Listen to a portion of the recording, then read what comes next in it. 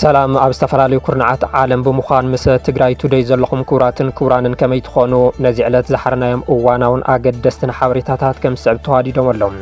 ንትሕዝቶና ንምክትታል ንቻናልና ላይክ ሼርን ሳብስክራይብን ንኽትገብሩ ብምዕዳም ቀንዲ ነጥብታት ብምቕዳም ዝርዝር ዜናታት ክነቕርብ ኢና ምሳና ጽንሑ ኣብ ዓፋር ንሓደ ዓመት ጸኒሑ ኣብ ቀረባ እዋን ናብ ትግራይ ዝተመለሰ ሸዊት ቢቶ ተወሰኽቲ ሚስጥራት ኣቃሊዑ ጌታቸው ረዳ ካብ ትግራይ እንትወፁ ምስኦም ከም ዝነበረ ዝሓበረ ሸዊት ብኣብይ ኣሕመድ ውፃእ ተባሂሉ ከም ዝወፁን ጀነራል ጻድቃን ፕረዚደንት ንምዃን ዝገብርዎ ዝነበረ ሽርሕን ካልኦትን ኣቃሊዑሎም ከነቕርበልኩም ኢና ኮሚሽን ሃገራዊ ተሃድሶ ኣባላት ሰራዊት ትግራይ ኣርሚ 70 ብፍሉይ ተረባሕቲ ዲዲአር ይገብረሎ ምዋሉ ስዒቡም ቢሮ ሰላምን ጸጥታን ትግራይ ብሕግን ስርዓትን ምግዛእ ነውሪ ዝኾነ ስርዓት ብልጽግና ክብል ነቲ ዘይሕጋዊ ተግባሩ ነቒፍዎሎም ኣይተ ጌታቸው ረዳ ኣብ ልዕለይ ጥልመት ተፈጺሙ ንኽብሉ ከሲሶም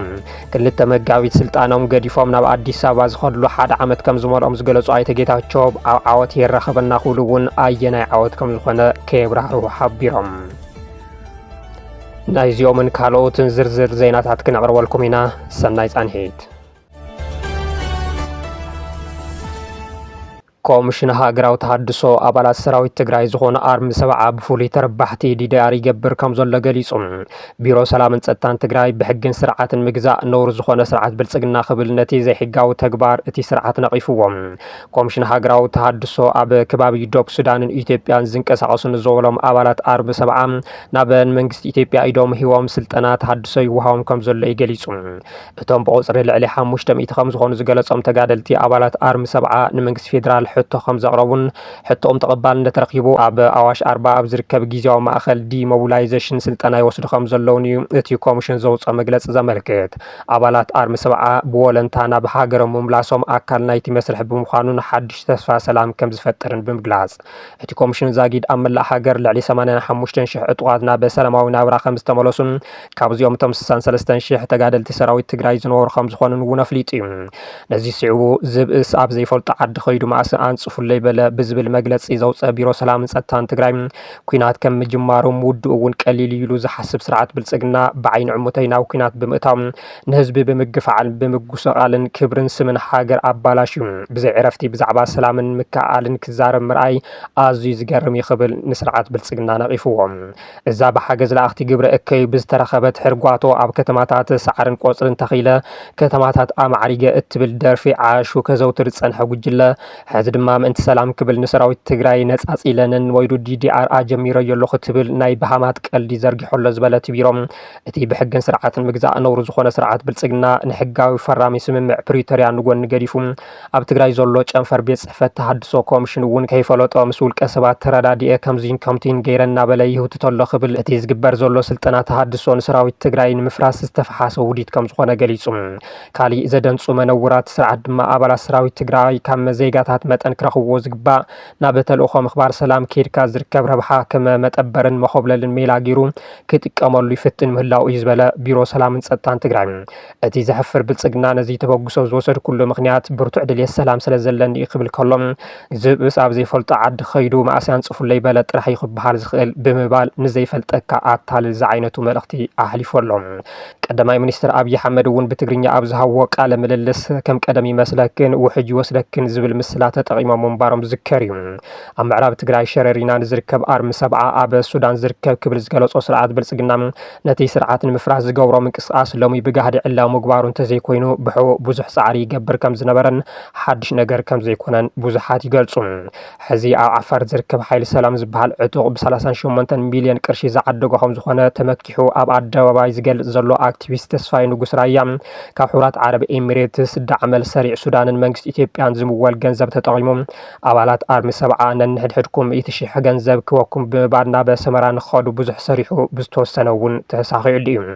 እዚ ናይ ተስፋይ ራያ እንተይኮነስ ናይ ስርዓት ብልጽግና ስራሕ ከም ዝኾነ ጸኒሖም መረዳእታታት ወፂኦም እዮም ቀዳማይ ሚኒስትር ኣብይ ኣሕመድ ኣይተ ጌታቸው ረዳን ሬድዋን ሁሴንን ናብ ፖርት ሱዳን ዝለኣኽሉ ሚስጥር እውን መንግስቲ ሱዳን ኣርሚ 70 ዝበሃል ሰራዊት ኣብ ምፍራስ ንኸተሓባብር ንምድላል ከም ዝኾነ ዝፍለጥ እዩ ይኹን እምበር ኣብይ ኣሕመድ ንዳዕመል ሰሪዕ ሱዳን ዝገብርዎ ዘሎ ደገፍ ቅርታ ዝቋፀሩ ጀነራል ጀነራል አልቡርሃን ንጌታቸውን ሬድዋንን አይቀበልም በባን ካልኦት ሓለፍቲ ሱዳን አዘራሪዎም ዝሓሰብዎ ከይሰመረሎም ምላሶም ዝከር እዩ እቲ ሕዚ ኮሚሽን ተሃድሶ አውፂዎ ዘሎ ብሓደ ወገን አርሚ ሰብዓ ብፍሉይ ስልጠና ተሃድሶ ይህብ ስለ ዘለኹ ፈሪስኩም ንዑ ዝብል ብኻሊእ ገጽ ድማ ናብ ዓቃቢ ሰላምነት ክልእኸኩም እየ ዝብል ሽርሕ እምበር ናይቲ ብሕቡእ ዝካየድ ዝነበረ ሰራዊት ትግራይ ናይ ምፍራስ ውድት አካል ከም ዝኾነ እዩ ዝግለጽ ዘሎ አይተ ጌታቸው ረዳ አብ ልዕለይ ጥልመት ተፈጺሙ ንኽብሉ አማሪሮም ክልተ መጋቢ ስልጣኖም ገዲፎም ናብ አዲስ አበባ ዝኸድሉ ሓደ ዓመት ከም ዝመልኦም ዝገለጹ አይተ ጌታቸው ኣብ ዓወት ይራኽበና ክብሉ እውን አየና ዓወት ከም ዝኾነ ከየብራህርሁ ሓቢሮም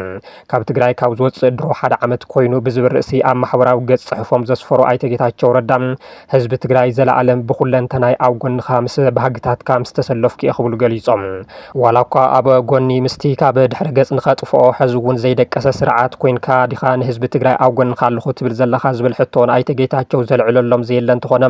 አይተ ጌታቸው ግና ኣብዚ ሕዚ እዋን አንጻር ባህጊ ህዝቢ ትግራይ ተሰሊፎም ከም ዝርከቡ እዩ ብዙሓት ሰብ ዝቃወሞም ዘሎም ኣብታ መራር ሕስምቲ ዘመን ትሕቲ ሞት ዝነበሩ ፈተናታት ብምልኦም ኣሕይሎምኒ ቅድሚኡ ምንም ተመክሮ ኣብ ዘይነበረኒ ዓውደ ምግዳል ምስቶም ህዝቢ ትግራይ ኣይበርስን ኢሎም መስገደል ዝጾሩ ደቂ ትግራይ ተሰሊፈም ሓሞት ከይመረረኒ ሚዒጎይ እየ ዝበሉ ጌታቸው ኣብ ጽሑፎም ኩናት ካብ ዘንጸላለወሉ ክሳብ በረኻታት ትግራይ ካብ ምምካት ጽዕጽዕ ወፍርታት ክሳብ ፕሪቶሪያ ካብ ጊዜያዊ ኣመሓዳርን ድሕሪኡን ብዝኸኣልክዎ ቋንቋን ጣንቋን ትቃለስ ከም ሓደ ንጹህ ወዲ ትግራይ እዚኣስን ህዝቢ ትረብሕ ዶ ዝብል ሚዛን ዓጥዒተ እየ ተቓሊሰ ይብሉ ንግዝኣት ትግራይ መከራኸርቲ እዮም ኢሎም ኣብ ፕሪቶሪያ ዝፈረምዎ መሬት መናመሓደሮ ብዘይገድስ ኢሎም ካልእ ሰነድ ኣዳልዮም ምዕራብ ትግራይ ንምህጋር ዝተንቀሳቐስዎ ቃፍታ ኣብ ወለጋ ትኹን ኣብ ወርሒ ዘይፈልጣን ከም መሓደራ ንገብር ነርና ሕዚ ግና ብደቃት መሓደረላ ብምባል ወረራ ሓይሊ ኣምሓራ ፍልጦ ዝሃብዎ ንስልጣኖም ክብሉ ጆኖሳይድ ዝብል ቃል ኣይጥቀምን ዝበልዎም ብሓፈሻ ቃልስን መኸተን ህዝቢ ትግራይ ማይን ማይን ክተርፍ ዝከኣሎም ኩሉ ዝገበርዎ ጻዕሪ ንረብሓ ህዝቢ ትግራይ ከም ዝነበረ እዮም አይተ ጌታቸው ብተዘዋዋሪ ዝዛረቡ ዘለው ዝብሎ ይተስኣኑን ኣብቲ ኸይዲ ተደጋጋሚ እትቐርበለይ ሕቶም ክባ ጸላእን ትገጥም ታይ ተሓስብ ነርካ ትብል ኮይና መልሰይ ኩሉ ሻዕልዕ ኩሉ ዝጽየፋ ሞት ዘይኮነት ረብሓ ህዝቢ ሓሊፍካ ትበላ ውርደት ምቕባል ያ ነራ እዚኣ እምነተይ ኣቦት ኣላ ዘይትንቕነቕ እውን እያ ትማልን ሎምን ጽባሕን ኣብ ዘለኹ ሃልየ ኩሎም እምነተይን ተግባራይ ብዘዋጽ መንገዲ ጥበብን ንዓን ፍጻሚ ነብሰይ ትሕቲለ ህላወ ትግራይ ንኸቕጽል ፈኸራን ምንያትን ኣየልየንን እምበር እንታይ ከም ዝኸፈልኩ ህዝቢ ኣይጥፍኦን ክብሉ እውን ከፊለዮ ዝበልዎ ዋጋ ገሊጾም እዮም አይተ ጌታቸው እንተኾነ ህዝቢ ትግራይ አይተ ጌታቸው ስልጣንን ረብሓን ኣስዲዕዎም ንረብሓ ድሌት ህዝቢ ትግራይ ናብ ዋጋ ዕዳጋ ብምእታው ኣብ ጎኒ ጸላኢ ከም ዝተሰለፉ እዩ ዝፈልጦም ኣብ እዋን ስልጣን ክልተ ዓመታት ጊዜያዊ ምምሕዳር ትግራይ ሰሪሐዮም ዝበልዎም ዝዘርዘሩ አይተ ጌታቸው ይኹን እምበር ተኻሓይደ ክብሉ ኣስተማሲሎም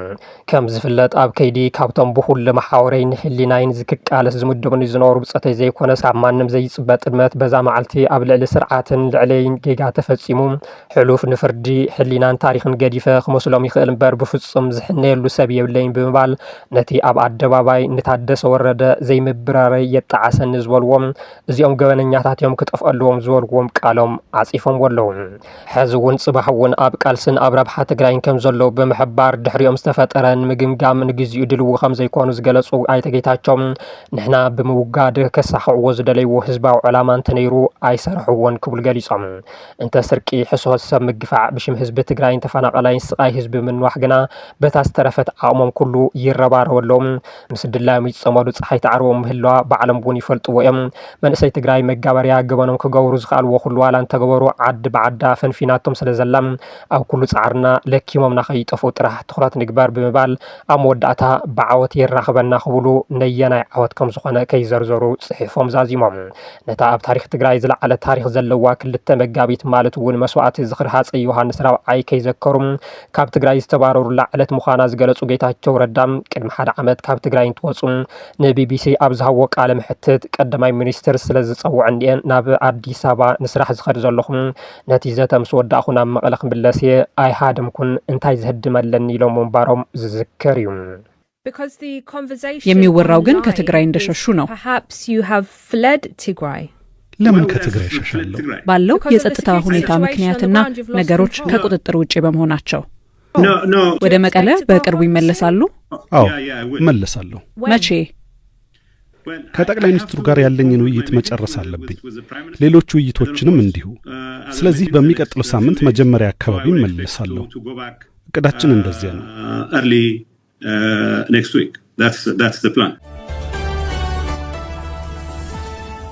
ቀደም እውን ተዋስኦ እዩ ዝተባሃለሉ ብእንጌታቸው ረዳ ዝተኸፈተ ክሲ ከም ዝተቋረፀ ተሓቢሩ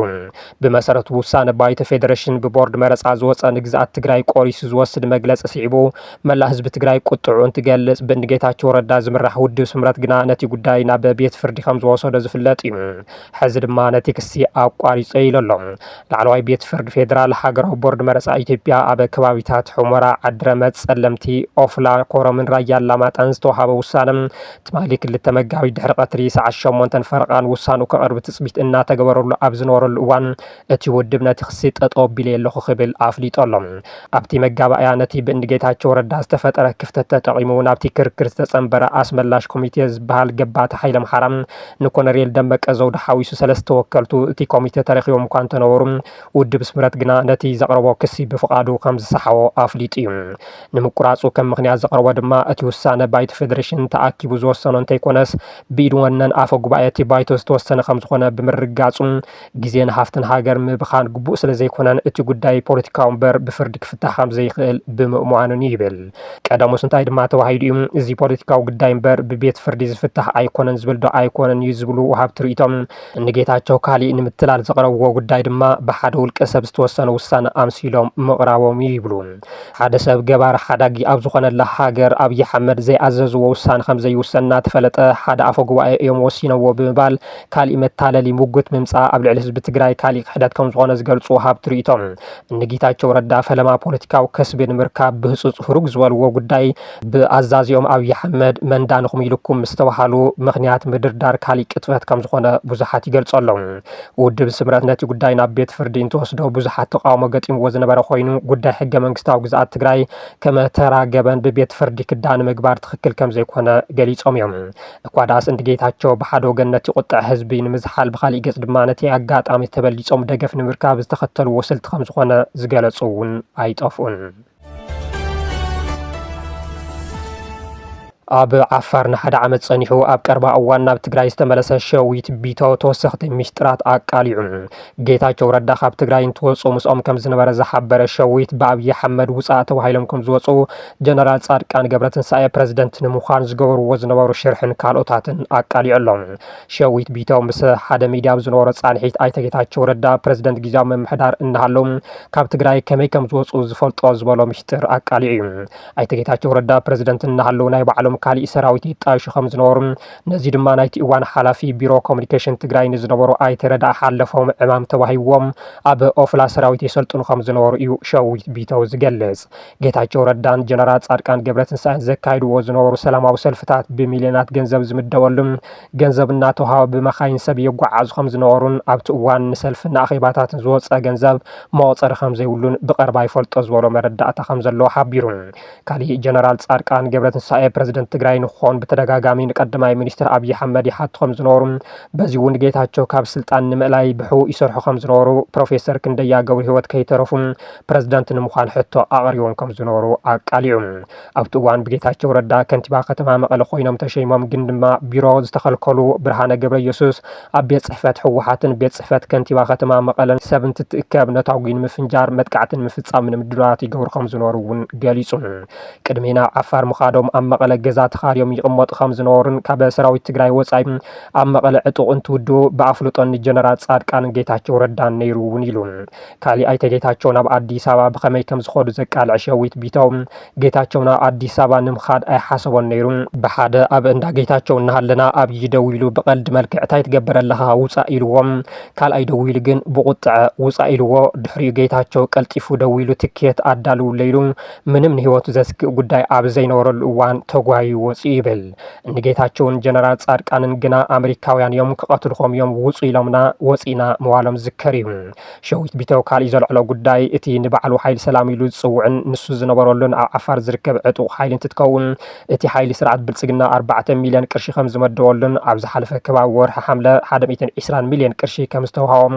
እዚ እቶም ኣዘዝቲ ኢና ዝብሉ ኣብ ኣዲስ ኣበባ ንዝተኻረይዎ ገንዘብ ዝኽፈል እምበር ነቲ ኣብኡ ዘለዉ ሕዱ ዕጡቕ ኣብ ወርሒ 4,000 ቅርሺ ጥራሕ ከም ዝትኽፈሉ ከምዝመልኦ ይሓቢሩ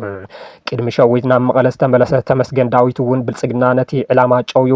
መሳርሒኡ ብምግባር ክሳብ ሕዚ 4 ሚልዮን ቅርሺ ወጻኢ ምግባሩ ገሊጹ ምንባሩ ዝዝከር እዩ። ፕራይም ሚኒስትሩ ደውለው እንደ ቀልድ መጀመሪያ ምን ያረክ ነው ውጣ እንጂ ምን እየጠበክ ነው ምን አይነት ነገር ነው ያወሩት። ከዛ ሁለተኛ ደግሞ ሁለተኛው ላይ ግን መቆጣት አይነት ነገር ነው ምንድን ነው እያረክ ያለው የራስን እንዲስኪያርጉ ነው ወይ የምጠብቀው ምን አይነት ነገር ሲሉ ተነሳ። ወዲያውኑ ትኬት አስተካክሎ ቶሎ በሉ ያዙ ተባለ። ከዛ አይ ቲንክ ስንት ሰዓት ከምናምን አካባቢ ላይ ወጣ ጌታቸው መኪና ተከታትሎ ሄዱ በቃ። ኣብ ትግራይ ኣንጻላልዩ ብዘሎ ሓደጋ ኩናት ብዙሓት ነበርቲ ሕዚ እውን ትግራይ ገዲፎም ይወፁ ኣለዉ ክብል ማዕከን ዜና ፈረንሳይ ኤኤፍፒ ጸብጺቡ ኣብ ክልል ትግራይ ንሰሞናት ዝጸንሐ ሓደጋ ኩናት እናተጋደደ ኣብ ዝኸደሉ ዘሎ እዋን ነበርቲ ርእሰ ከተማ መቐለ ዓዶም ገዲፎም ይወፁ ከም ዘለዉ ኤኤፍፒ ብቋንቋ ፈረንሳይኛ ዘቃልሖ ጸብጻብ ኣመልኪቱ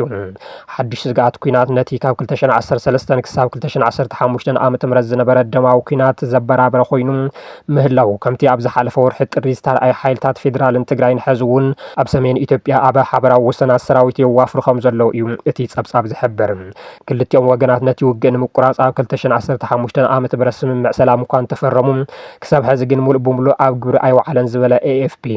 ካብዚ ሓሊፉ ኣብ መንጎ እቲ ክልልን መንግስቲ ፌደራልን ዘሎ ርክብ እናላሕልሐን ወጥሪ እናወስኸን ብምውፁ